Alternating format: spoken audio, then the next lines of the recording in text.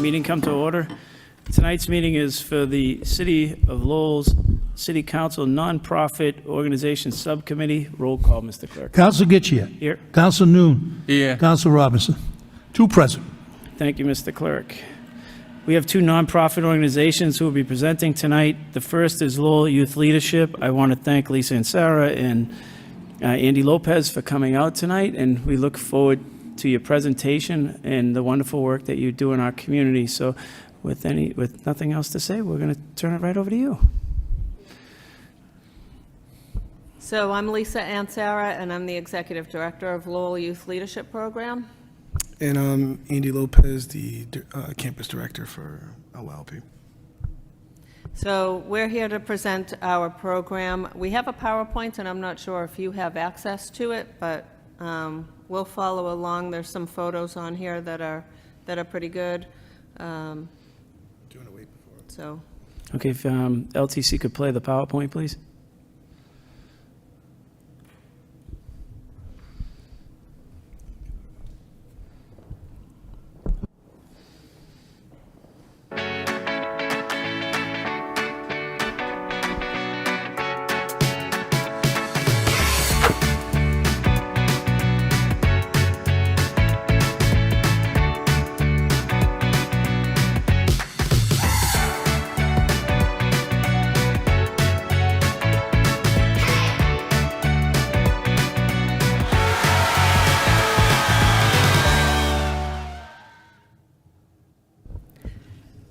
So that little clip right there is just a little insight into what our camp looks like. So Lowell Youth Leadership Program runs a 4-week free summer camp out of Greater Lowell Tech, and we wanted to show a little video just so you can see what it looks like. That's just a clip of a longer video that we had made this summer that we will be debuting at our fundraiser next week, which I'll talk about later. Good. So we're going to just give you a little quick background and story, sort of the things that we're doing, the futures, what we're looking at in the future, and then so forth, like what are we seeing now, which I think is mesmerizing in the sense that it's been 3 years going on 4, and the impact that we're doing on our community now. So I'm going to start with just the history. So basically, this was LYLP is a remake of an old program that was run in Lowell NYSP. And so due to funding, it was obviously lost. And a bunch of the kids that went to that program years later are now 35, 40. Easy, now 40. And we just said we wanted to do something for our community. And a lot of us are educators. We work doing a lot of things in Lowell, and we said we want to bring it back. And so we did. We sat down with Lisa, sat down with Ed, the old program director, and we said, can we make this happen? And they asked us why, and it was because we just thought that it was these little things. We all had a story, and it resonated, and it was all different. And we said we wouldn't have had that experience if it wasn't for NYSP. So we wanted to remake that, but a little different version, a little bit more freedom, to do things. So we came up with Lowell Youth Leadership Program.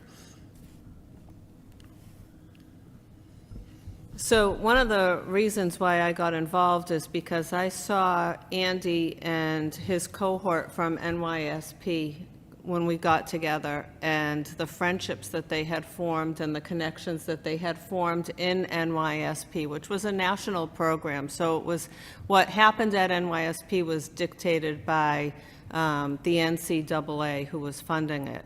So when we started out, we started with a GoFundMe, and we raised enough money to run our first camp. And our first camp was in 2022.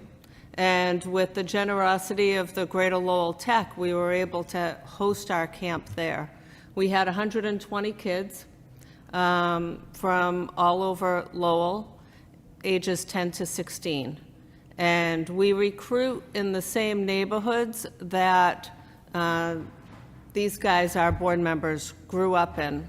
So I don't know if you can see the PowerPoint, but we have our demographics up there. And we have a good representation of the kids in Lowell.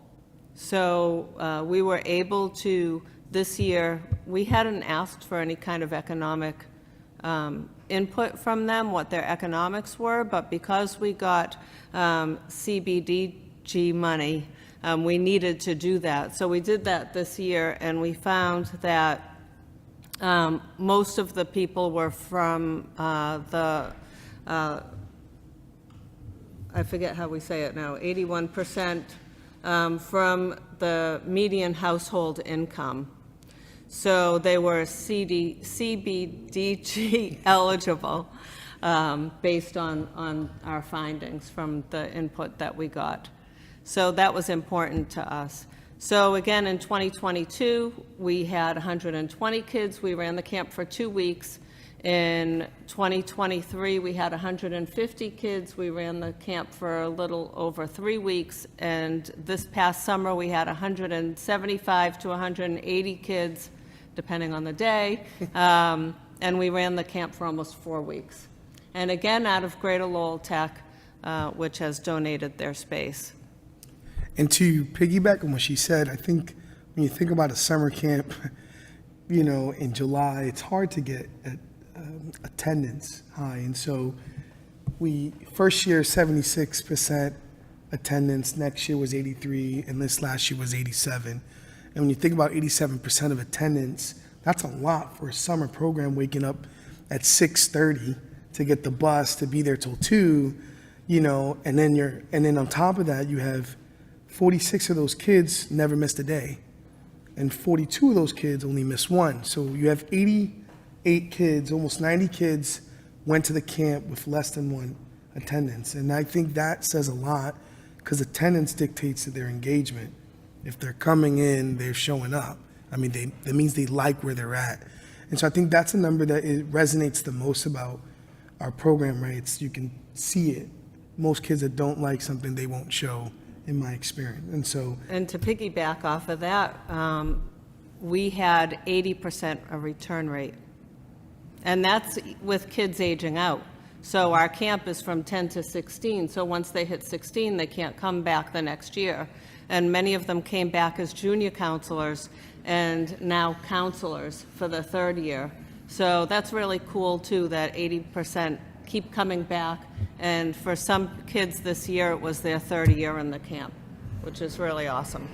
And when Lisa had talked about like the breakdown of cultures, right? We have 35% Hispanic, 25% Asian, 19% white Caucasian, and then 7% Black, which mirrors the community, right? If you're thinking about something that is replica of us, Lowell, this is ideal, right? When you're thinking about all the community, even the board members are diverse, and it replicates that. And I think that's something that when I look at other organizations, that they don't have, and I love that part that I can go and I can see, different kids at different room learning different activities to, being exposed to the same thing. I think that is the thing that resonates the most about when I was looking at the data. So when we decided to create the schedule, Andy and I are the ones who work on what we present to the kids. We wanted to have things that they did not have access to because of cost. And since our camp is completely free, we wanted to make sure that they got programs that they wouldn't have gotten otherwise. Things like golf, swim lessons. They have swim lessons every single day. We have swim instructors. We have lifeguards that we hire. We have 35 different activities, including financial literacy, robotics, carpentry so we bring in people from the community. So Youth Build comes in and does carpentry. UTech comes in and does violence prevention. Center for Hope and Healing came in and they did sexual assault awareness. So things that they wouldn't normally get, which is really amazing. Hi, Corey. And I think that's where I think that's where we say, when as an educator, and we talked, Lisa and I, like, how do we make this better each year? Well, it's like you sandwich it with a lot of fun things. You teach them something intentional. You change it every 2 to 3 days so they're never bored, because it's always changing. They say, okay, I can do this financial literacy for 3 days, right, or a day, or oh man, I got to learn about how to be assertive or how to interview, right? Like, and you get 2 days of this, and then it moves again, and it's always changing, but it's high expectation at no cost, which is something that we speak about, where most of the time when you're getting a high quality, it's a high premium price for that. Versus we're saying, we're going to give you these experts, you're going to attend, they're going to be here, they're going to hold you to an expectation that you got to learn, and it's all free at no cost. We're taking every barrier that can hold you from getting this access, right? How am I going to get access to Centers of Hope and Healing? How do I get contemporary dance, right? Well, you know what? We're going to give you transportation. You're going to get there. We're going to provide the space and the instructor that's going to teaches, and hold you to a bar. I think those are the things that it's sort of like an anomaly. You don't see that rigor, right? No cost. And I think that's something that, and to give you a story, not to digress too much, but a lady had told me, she said, oh my God, I had to pay $2,500 for contemporary dance. And I said, well, we have that part of the program. This is free for your kids. All they got to do is attend, so high expectation and no cost. The other thing that we provide is free meals. So we have free breakfast, free lunch. And most of the breakfasts provided by the Merrimack Valley Food Bank. Youth Build Culinary, they provide 6 hot meals and a big end-of-the-year cookout. And we've been so blessed with local restaurants donating for 200 people between the campers and the counselors and junior counselors. We serve them the most unbelievable food. Simply Kamai comes in and puts on this huge buffet. We have a restaurant in the North End who sends up fresh homemade macaroni and cheese. So every day they get delicious, really incredible meals. They come in every day, oh, what's for lunch today? Oh, what's for lunch today? So that's really exciting too. I think even added the chicken, the barbecue chicken. Oh, yeah, that's Benny's right. Barbecue Benny's came by. Barbecue came by. And I think if you think about it, right, everything's collaborative, everything's from the community, which is like almost like we're all a part of sort of supporting this camp, right? We have Benny's Barbecue, we have Pinella, we had Tresca. All these are donating their food and their services for kids at no cost. All they're asking us to pick it up, and and we're supplying that for them. So. One of our biggest costs for us, besides hiring and counselors, junior counselors, and lifeguards, are buses. So we pay for the buses. We have 4 buses that pick up in different areas in Lowell, bring them out to Greater Lowell Tech, and then bring them back to the same area. So that's one of our biggest costs. And so, well, like I said, I'm gonna now tell you what we do in a normal day, and then sort of what we've done and surprises. So, like I said, with about 35 different activities that the kids do, and a lot of it is just 2 to 3 days in a row, and then it changes. But the consistents are they swimming with structured lessons, and then they're doing their activity, which can be from golf to track to tennis to boxing, right? All these different events. This year we added something different.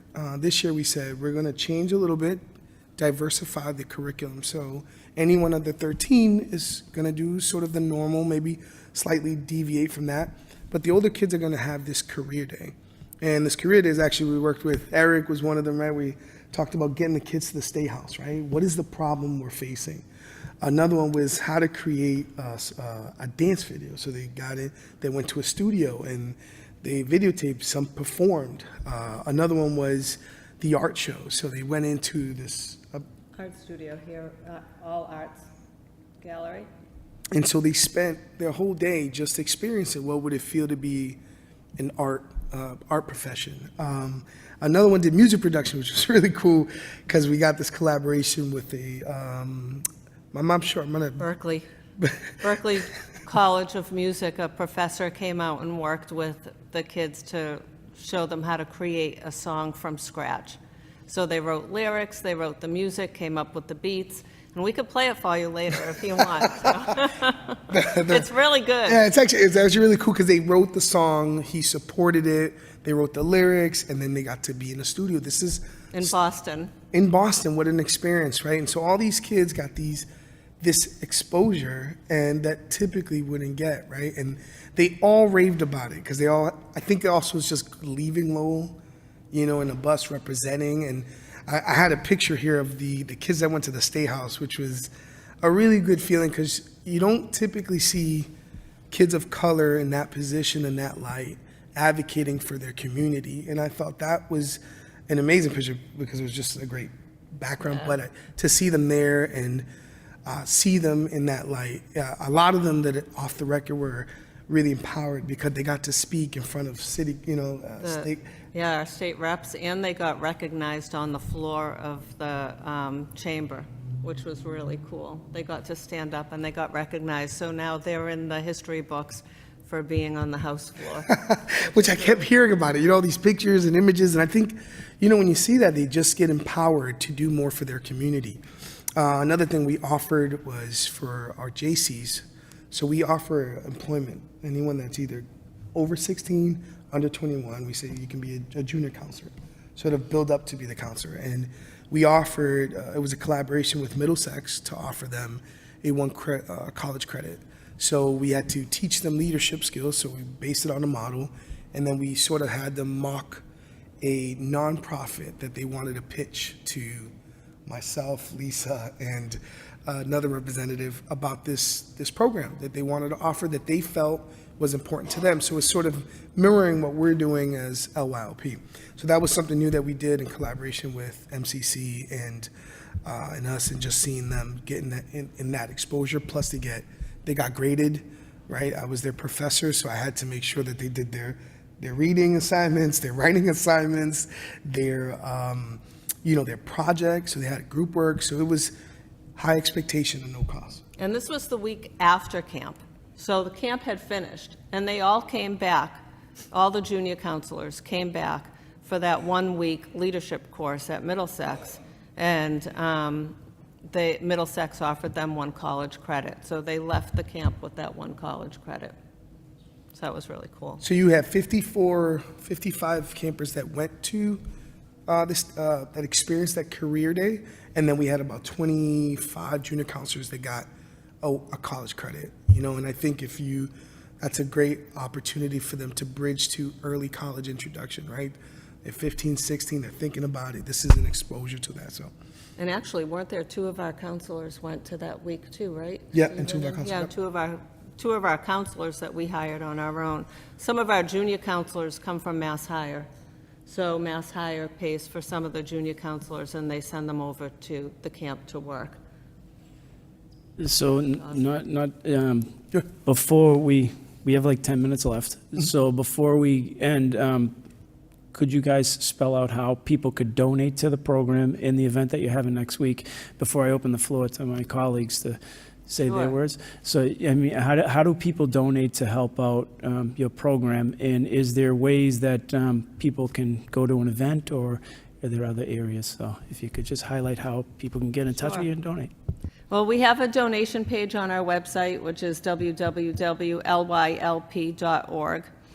Next Wednesday, we have 1 fundraiser a year, and that's it. And that's next Wednesday. We're holding it at UTEC.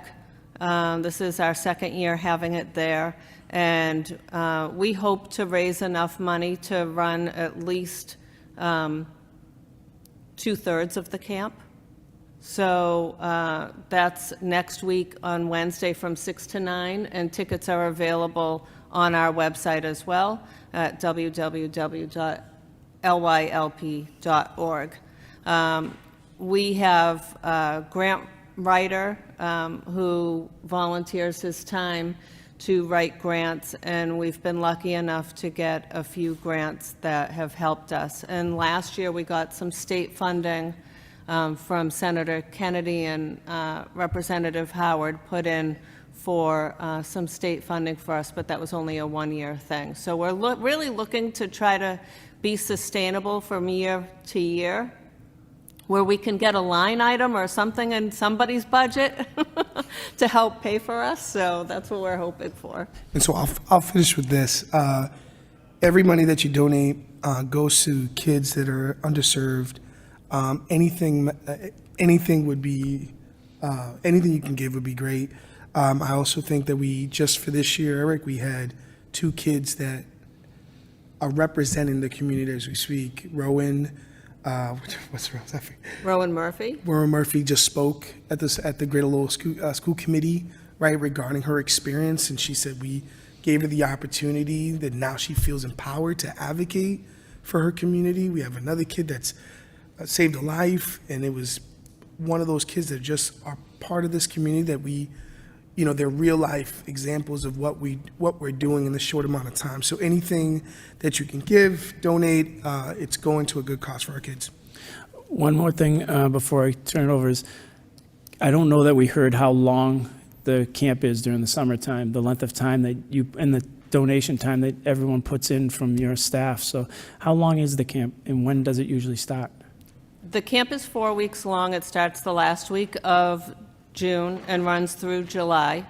One of the things that Andy said is really important. Most of us just volunteer our time, and all the money that we get, like I've never seen a board, I've been on some nonprofit boards before, and I've never seen a board who's there every single day at the camp, serving meals, helping out, running all over the Greater Lowell Tech. We run 4 or 5 miles a day, running all over the place to make sure that the camp is running well.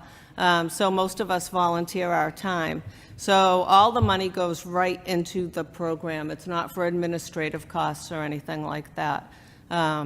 So I don't know, did that answer your Yeah, question? and one other thing is, if you could add, how do families actually sign up for their child to go to the camp? If we could just highlight that piece so people who are watching can get in touch with your program and try to be a part of your amazing success. Yeah, so if you follow us, we do a sort of introduction somewhere in March, I believe, where you can come in, go to our website, and we'll host it like this day right around March, where we can get in information, get early registration, and just kind of know what the program was about. And then I think we started registrations right around open registration June. Beginning of April? April. Yeah, and the other thing too is we run a wait list every year. So this year we had 30 kids on the wait list. We tried to get them in, as kids might not have shown up on the first day, so we got a couple people from that wait list in. But due to budget constraints and space and counselors, we try to keep our groups small so that the counselors can really get to know the kids. We run a wait list every year. Okay, with that, I'll open it up to the council. Councilor Mercia. Thank you, Mr. Chair. I'm so impressed with this. I just wrote you out a check. I'm going to give you a donation because this is tremendous. You cannot imagine children running around in the streets. They don't go to the beach. They don't go anywhere. And you provide a service for the most vulnerable that could end up in trouble. But a busy kid is a kid that's out of trouble. And so I commend you for what you do. I didn't have much money growing up as a kid, but my father worked at a mill, and he made sure that I went to camp with the girls' club. And I never forgot that, stuck in my mind, because I learned how to swim. Swimming is very important to learn how to do that. We're surrounded by water here. That's a very, very important aspect to learn how to swim. I'm very grateful for this subcommittee that was formed. This is a very important subcommittee to learn this.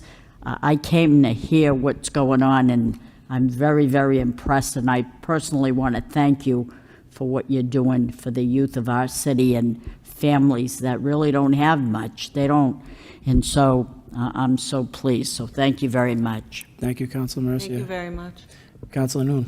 Thank you, Mr. Chairman. Thank you both very much. A program like this, a nonprofit program like this that make Lowell a great city. We have a lot of great partners, great nonprofit, and this is one of such that Councilor Mercy touched on, that to take kid off the street, to have them, give them experience and give them the connection with the community. All these programs that you provide, really exciting, and the way you both presented, they complement each other, one me and one all those kids that really enlist or enroll themselves into the program. I know that a new program like yours, been 3 years now, then seem like you really, the return rate is really big, 80%, and the number of students reflecting the city, population, the kid that go into the program. It's really exciting. And then I wish and I hope that the city, I know that you mentioned CDBG grant. Yeah. I hope that the cities, and not just the city hall, but also the school, partake in terms of investing and building this program bigger and better, because I know that we have other youth program out there, run it by other, but the more the merit, right? This is one of those programs that really not only having all this activity, but also you have presenter coming in and talk to kids about various things. As you indicated, you have a professor, musician professor, you have politician, mayor, you have elected officials, you have doctors and all that. Present them. There's more to where they're at. You step out of Lowell, or just not step out to Greater Lowell, you learn something new. That's right. From people who do care, like you both. So thank you on behalf of the city. One of the things that we didn't mention was that every morning we start off with a guest speaker, and a guest speaker is a leader in the community. So we've had some of the city councilors, the mayor, Dr. Julie Chen comes out, Phil Sisson comes out. So we have leaders within the community, and also people who have gone through similar programs like this who have made it. So this year we had a local DJ who had gone through a similar program, and he's now a leader in the community. So we start off every day with that, which is great. Councilor Robinson. Thank you.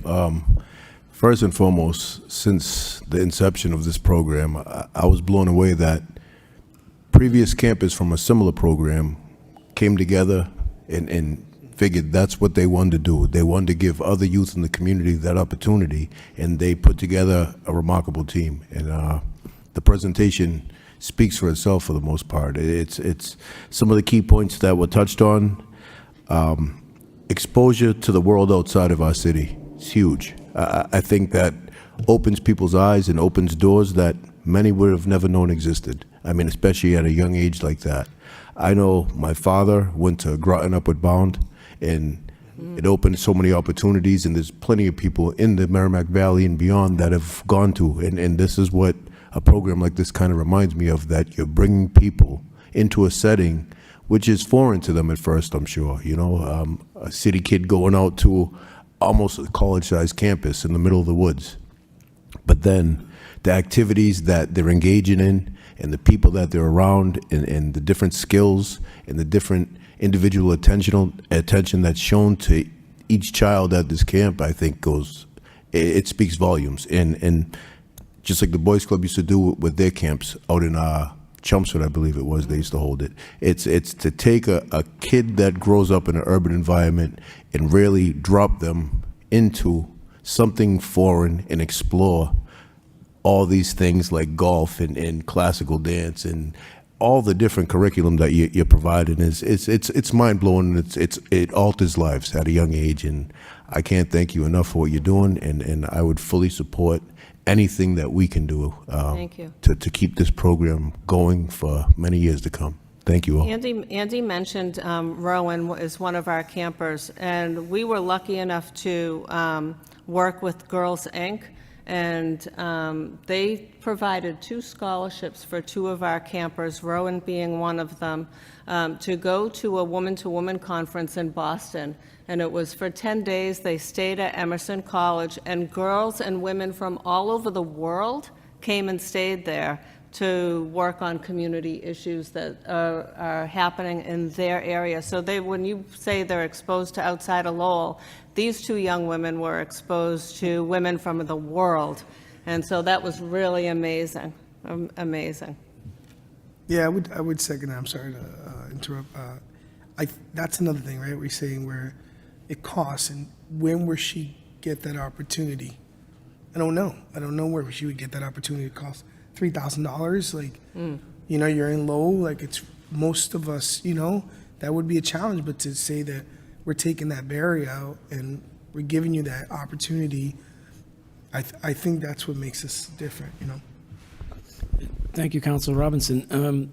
I get to see you guys all summer long, so I don't want to belabor everything everyone has already said. You're amazing. The group's amazing. One of my proudest moments is being the chairman of this committee, because I get to bring people in who actually are in the community and they're doing the unbelievable things like you. I don't think you'll understand, and maybe you do, what effect you're going to have in the future and even past when we're gone. It's amazing to watch the interaction between your board and everybody, and how much it takes daily to get this, between Ed and Jim running back and forth like crazy people to get food to people who are coming off of buses. So, it's a proud moment to be the chairman of this subcommittee. I thank the mayor for appointing us to that, because last month we had Habitat for Humanity, amazing. Now we have LYLP, amazing. And next we're going to have Coach from and Above. And when you look at our community, I think we have to keep highlighting these once a month and trying to show the strength of our community and where the resources are for people that want these. And I do think that what you give is priceless. And if people, want to stop all the violence in the city and bring them to these type of nonprofits like LYLP, and they'll see a different world and a different culture, and it opens up. I can't thank you enough. With that, we have our next presenters here who are Coach from and Above, and Lisa and Andy, please take back to your board a thank you from all of us, from the City Council, for the amazing stuff you're doing for our community. Thank you.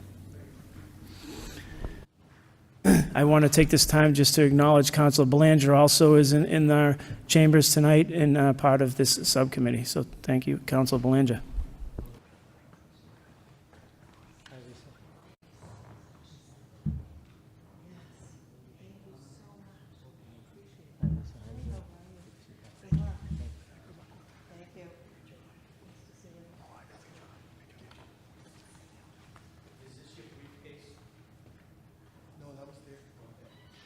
Did you want to?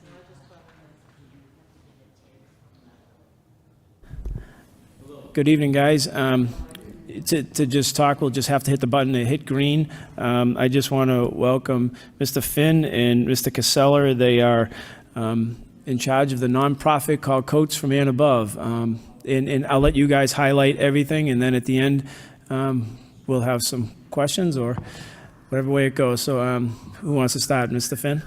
So my dad's Mr. Finn, I'm Larry.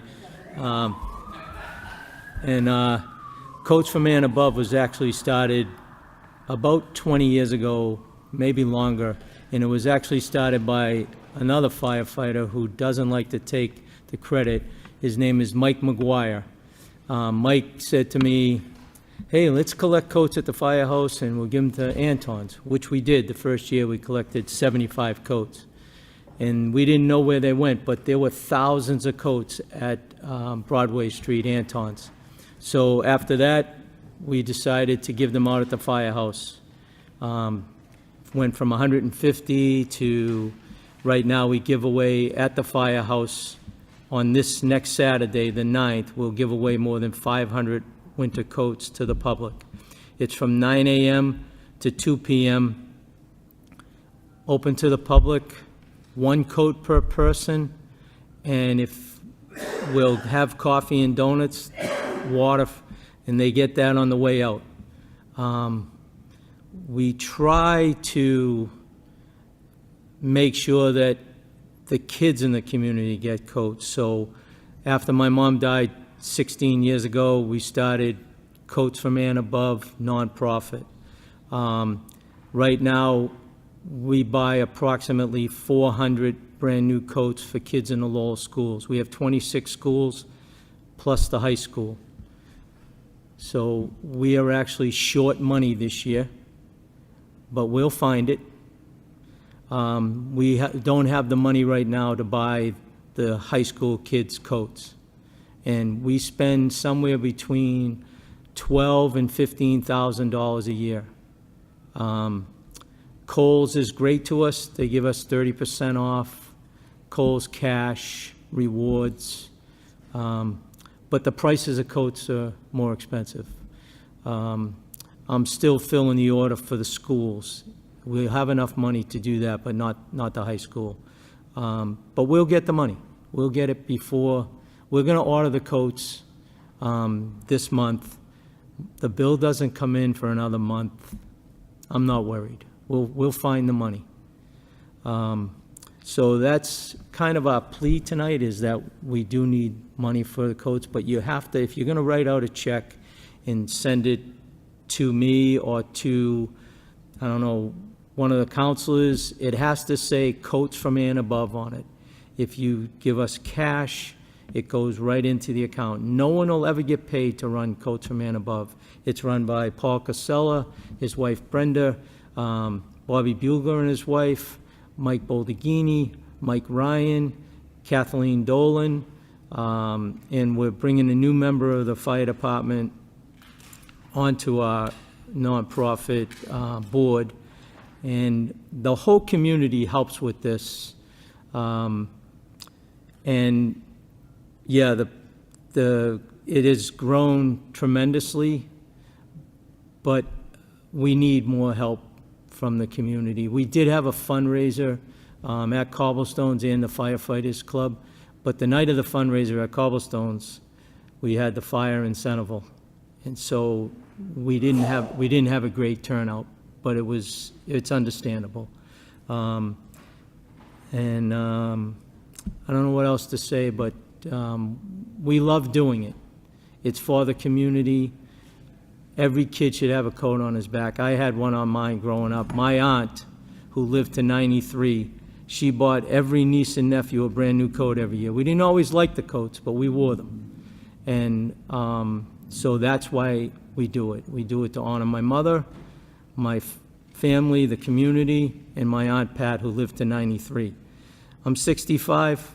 I'm planning out living her. I want to live to at least 94 or 95. I have a 12-year-old daughter, and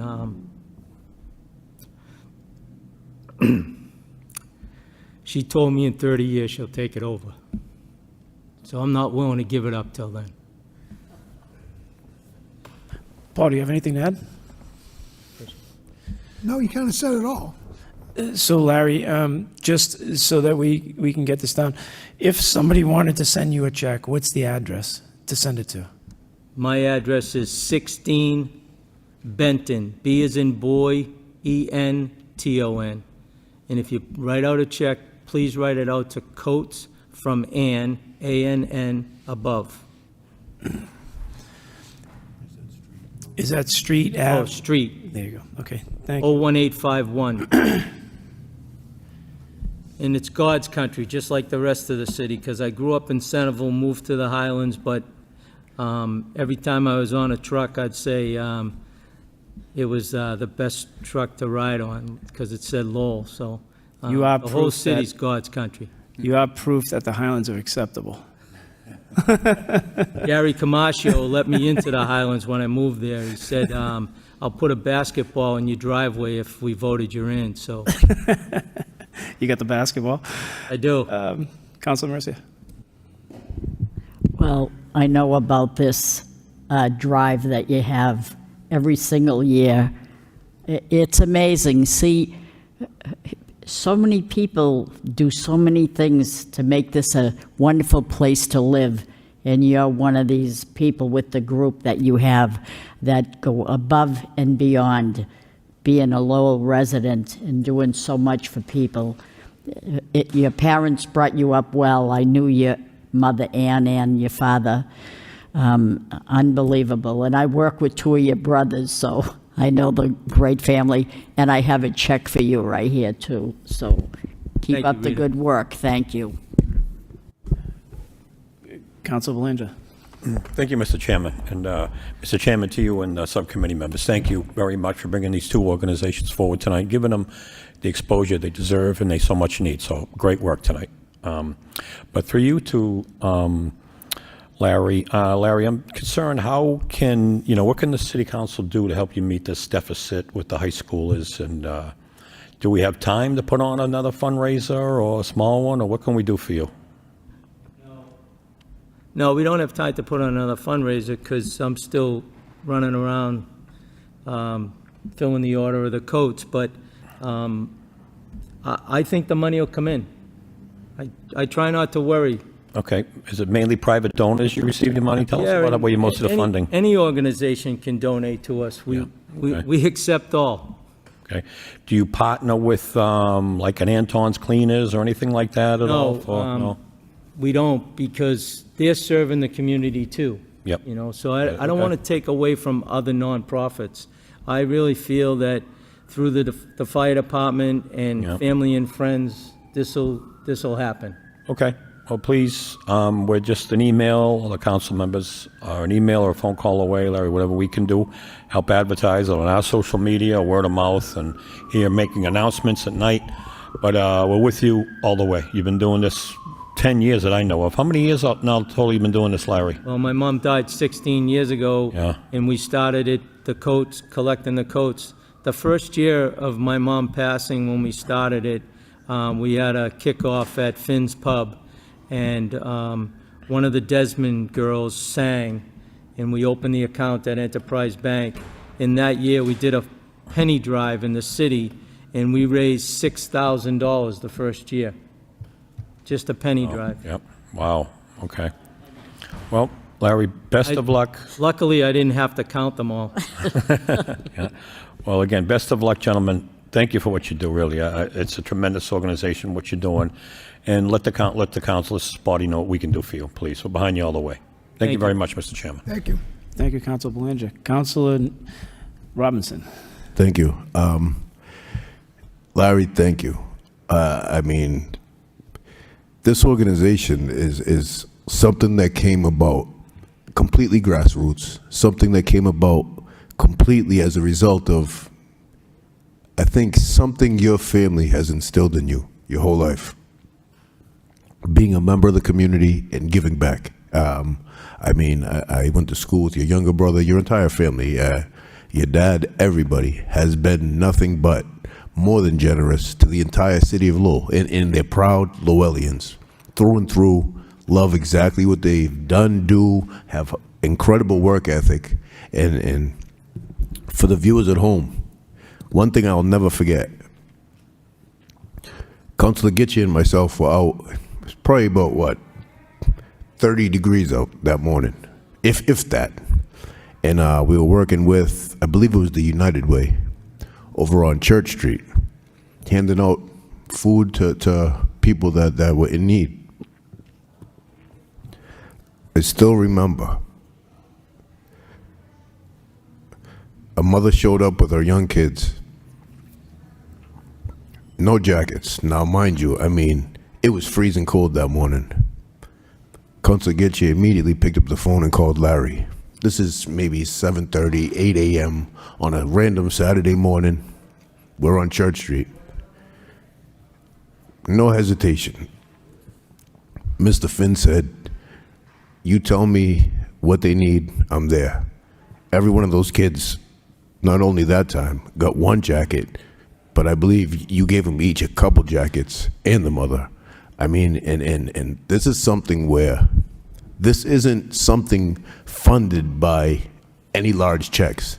This is something that a gentleman put a team of other people together and quietly plugs along and does what his heart believes in. And it's remarkable. And so I would encourage anybody. I mean, as you heard, there was a fire in Centerville the night of this event, which kind of inhibited what target growth was, or generation of the revenue that's kind of key to making this program function. But as you also heard Mr. Finn speak, we'll find it. So I would encourage anybody at all, if there's a way to help out with these organizations like this is not a situation where you're seeing checks are coming in from state, federal, all. No, this is 100% grassroots, neighbors looking out for neighbors, and so please, I mean, everybody should have a coat, as Mr. Finn spoke, as Mr. Finn grew up, as we all grew up. It's the days when you didn't go without because you had a community that cared about you, and this community cares. So please, if there's any way to help out this organization, and then I have to say, thank you both and the whole team for doing what you do, and I really think it's awe-inspiring to see as much as you give back. Thank you. Thank you. Councilor Noon. Thank you, Mr. Chairman. I want to echo everything that Councilor Robinson's, and I'm sure Councilor Mercius as well. Thank you, Larry. Your family has really seriously instilled, care, kindness, and compassion, in you, and you have further on instilled it on your friend Paul, Mike, and other to join in this cause. Really, really powerful. And when you stated that every kid should have, a code, not every kid have code, but you making sure that they do have code, in winter, and you and your team actually, you pass this compassion on to Paul, Mike, and other team members, and you mentioned your daughters, and this is powerful for somebody like yourself, and pass it on, and caring for, those others that do not have the, the mean to purchase one. So thank you. We're stronger in numbers, right? That's right. Thank you.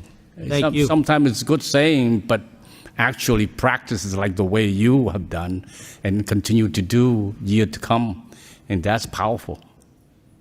Thank you. Thank you, Vesta. Larry and Paul, I've known both of your families, your parents. I've known you guys most of my life. And the Casella family is the same as the Finn family. You can see what brings you together. The firefighters, you went out and you saved lives in our city, and you did it in the worst of times and the best of times, and you were always there for our community. And I think that that's what the selling point is to everything is, when I picked up the phone that morning, I called Larry, and he's on his way to the beach with his daughter for family time. And he said to his daughter, I got to turn back around, and you did. And you did what I thought was unbelievable. And to this day, that's what brings me to all of you guys, is your hard work. The Casella family, the same thing as the Finn family. They're just, different locations in the city. It's an amazing, big family who has done amazing things to our community, for our community, and in the way of whether it's the police force, the fire department, and all the other social services that we need in this city. Both of your families have been instrumental in at least my generation. There wasn't a day that went by you didn't, a Finn or a Casella or, the big families, the McGuires. You look down that line, I think the firefighters do bring a lot to this table, because they see the best and the worst, and they understand what hard times are when they see it. And it goes home ingrained in their head after they leave a fire and they see somebody who doesn't have anything. So I do thank you and your families for even coming out and starting this. Larry, one question. How much are we short? How much money are we roughly? I would say almost $5,000, but we'll get it. Well, maybe, as a council, we can maybe throw a fundraiser. As a council body, all of us got together and just through one night, you can come out to see the council, maybe at a Mount Pleasant or somewhere like that we can do before the next few weeks, and maybe we can put something together as a council body and say, okay, we're trying to raise the money as a council. So that's something we can talk about off air and try to bring everybody together in the council and say, this is something that we hope for everybody, is they at least have a coat during this winter and holiday So the season. thing about the high school kids, these are homeless high school kids we buy these coats for, and we get them through REI. And, we buy a bunch of coats. We buy about 12. They get to try them on. They get to pick the one they want to wear, because I don't know what they want to wear. And I had a coat in high school. Yep. I had a home. I still do. Yeah, and I agree. And I think, knowing the council the way that we know the council, maybe there's something that this subcommittee can bring back, and maybe we can just set up one day at Mount Pleasant or Long Meadow or somewhere in the city that we all could just have a one-day event where we could try to get people out maybe on a Thursday night to help out. Councilor Mercy? Thank you, Mr. Chair. I want to say that the council has a way to help. By word of mouth is the greatest advertisement. Tomorrow, I'm going to be on City Life, so if you don't mind, I'll promote it there. So that's a good thing. And we will say it. Any announcements? Well, you have an announcement. We're going to say that as well. So I think word of mouth is a good thing. Thank you, Rita. Yeah, John McDonough's been unbelievable to this cause. When we were having the fundraisers, he always mentioned it. We're actually having two things happen on Saturday. Not only are we having the coat giveaway, they're having something at the Firefighters Club for Punch Out Parkinson's for Michaela, I don't know how to say her last name, Trodden. So, I don't know, I guess we don't know how to sleep. We just keep doing it. Well, we're thankful for you guys to be in our community, and maybe we can even shame the council, and all of them have good campaign accounts, and maybe each one could just donate $500, and then it will come to you $5,000. There's 11 of us. That was just quick math. It's $5,500. We should, so maybe there's a way around this. So we want to just thank you for your time and coming out tonight and highlighting and everything you do for our community. And with that, unless you have something else to add. No, we're good. Casella? Thank you. Well, thank you very much. That was a generous offer. I just want to end this by saying on the 9th, Saturday, on our coat drive, it's rain or shine. So I don't want to scare anybody away. If it's raining, still come down. Hopefully it's not snowing. But also, if people want to stop by and drop off a check there, they can. They can drop it off to one of us. So if it makes it easier for them. Sure. So it's right at the main headquarters, this 99 Moody Street Civic Center. So we'll be there from 9 to 2. And maybe we could just send over an email or something to the council and see if the people who wanted to donate to you could come over there and just bring the check. It might be a lot easier, but thank you again. If you show up early, you'll see they line up at 8 o'clock in the morning to get these coats.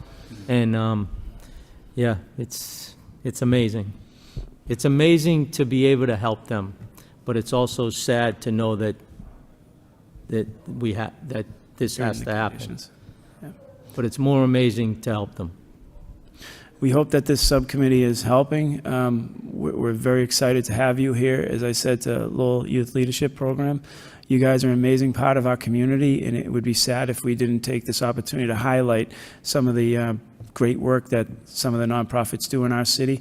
This subcommittee, we're hoping to meet once a month and bring 2 nonprofits in each month and try to see what do they do for our community. You hear all the stories, but to hear it from the people who are actually in the game is more impressive to me. So I want to thank you for coming out tonight, and with that, I'll take a motion to adjourn.